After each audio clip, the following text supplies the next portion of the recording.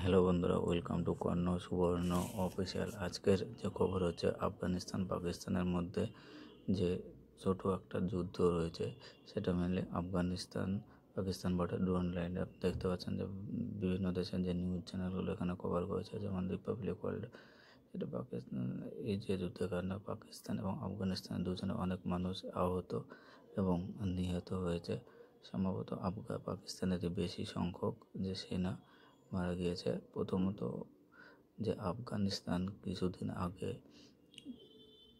পাকিস্তানের দ্বারা এয়ারফোর্সের দ্বারা আক্রমণাত্মক হয়েছে এবং অনেকগুলো আফগানিস্তানের যে সাধারণ মানুষ মারা গেছিলো, এবং সেটা রিটেলেশন আফগানিস্তানের যে আর্মি এটা অ্যাটাক করেছে আজ কালকে ভোর রাত্রে।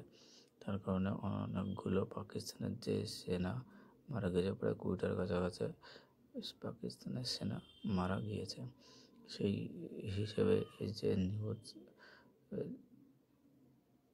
আপনারা দেখতে পাচ্ছেন, বিবিসি থেকে শুরু করে অন্যান্য দেশের নিউজ চ্যানেলগুলো করেছে, এবং দুই দেশের মধ্যে যে পাকিস্তানের যে আর্মি চিফ আসিমুর এবং আফগানিস্তান যে প্রধানমন্ত্রী, দুজনের মধ্যে আলোচনা হচ্ছে এবং তারা যে যুদ্ধবিরতির দিকে নিয়ে যাচ্ছে, এবং সৌদি আরব কাতার দুই দেশের মধ্যস্থতায় আপাতত বর্ডার এখন শান্ত রয়েছে। কিন্তু দুই দেশের মধ্যে যে বাণিজ্য চুক্তি, বর্ডার পুরোপুরিভাবে ক্লোজ করা আছে, কোনো ধরনের লেনদেন, বাণিজ্যিক জিনিসপত্র নেওয়া আনা কিচ্ছুই হচ্ছে না। এটা হচ্ছে সবথেকে বড় সমস্যা বর্তমান যে সময়ে। দেখবেন পাকিস্তানের যে ডিফেন্স মিনিস্টার শাহ ওয়াজিব, সেটা হচ্ছে আফগানিস্তানকে দোষ দিচ্ছে। এই কারণে এটা আফগানিস্তানের কোনো দোষ নেই, তো পাকিস্তানে প্রথমত বরাবর আফগানিস্তানের উপর দিয়ে এয়ারফোর্স দিয়ে যে স্ট্রাইক চালায়, এবং আফগানিস্তান যে নিরস্ত্র মানুষ তাদেরকে হত্যা করে, এরকম অনেকবার আফগানিস্তান করেছে।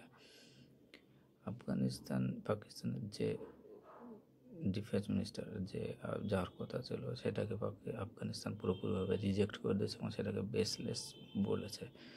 কারণ প্রথমত পাকিস্তান যুদ্ধ এয়ারফোর্স দিয়ে আফগানিস্তান সাধারণ মানুষকে মারে, তারপরে আবার গিয়ে তাদের মধ্যে একটা স্ট্র্যাটেজিক নেয়। এছাড়াও পাকিস্তানের নিজস্ব দেশের মধ্যে একটা সমস্যা চলছে, টিএলপি বলে যে একটা রাজনৈতিক সংগঠন, তারা সেখানে প্রচুর পরিমাণে আন্দোলন করছে। নিজেদের দেশে গৃহযুদ্ধের মতো পরিস্থিতি হয়ে আছে আফগানিস্তানের আপাতত নিজের আর্মি যেটা নিজের দেশের মানুষকে 150 জন মতো মানুষকে হত্যা করেছে।